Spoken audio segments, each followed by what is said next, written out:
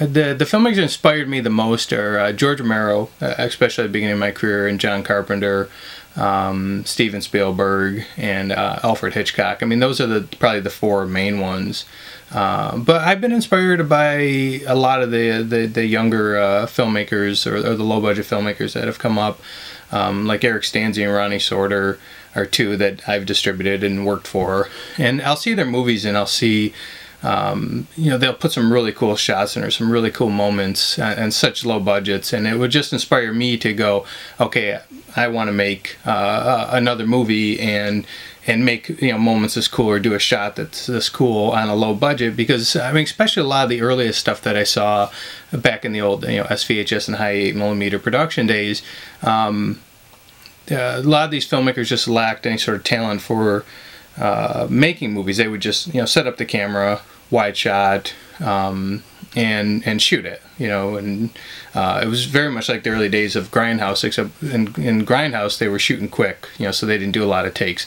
They'd do one take, master shot, move on. They'd save the inserts and maybe the more elaborate shots for the bigger scenes. But the S-VHS and Hi-8 millimeter guys, maybe they were rushed, but they weren't, you know, definitely hurting for a budget. You're talking, you know, you could be able to make a movie for a couple $100s on these formats, and they just, you know, they just lack the skill, for lack of a better way of saying it, to know, you know, when to shoot the close-ups and how to shoot the close-ups and how to shoot basic dialogue scenes and make sure everyone was covered and get good sound with it.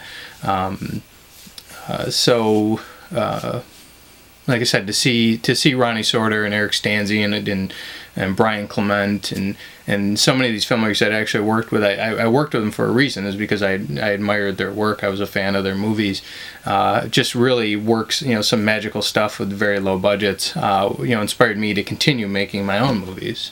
To me, the indie filmmaker, though, is the guy who's working at the level like I'm working at, for budgets, you know, under $10,000. To me, that's like a true indie. I don't think you're an indie when, you know, you're working for some giant studio outside of Hollywood with $1 million budget. I think you're an indie when you're working with, you know, a HD camera with a budget of under $10,000, and you have to shoot it within a couple weeks because that's the most time, you know, any of your cast and crew can get off. Otherwise, they got to return to their normal jobs, and you have to return to your normal job.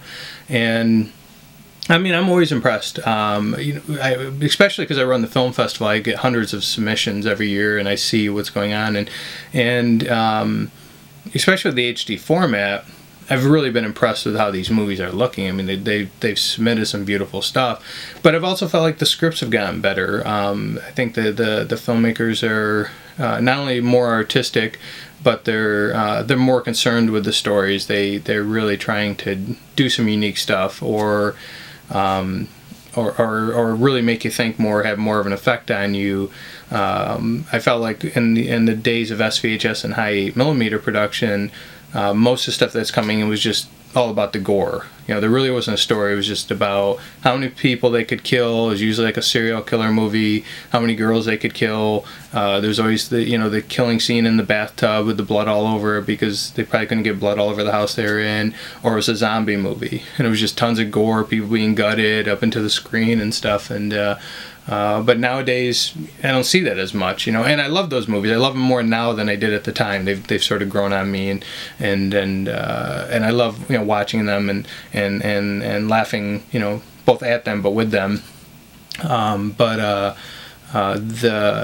independent stuff nowadays is just a larger chunk of it has more of a thought process to it. You can tell when you're watching it. There's just more put into the script and the effort, and maybe because they can capture these, you know, beautiful images, you know, on a relatively cheap camera, something like you know, the 5D or something, they can make these movies look like they're actual Hollywood productions, you know, with very little money.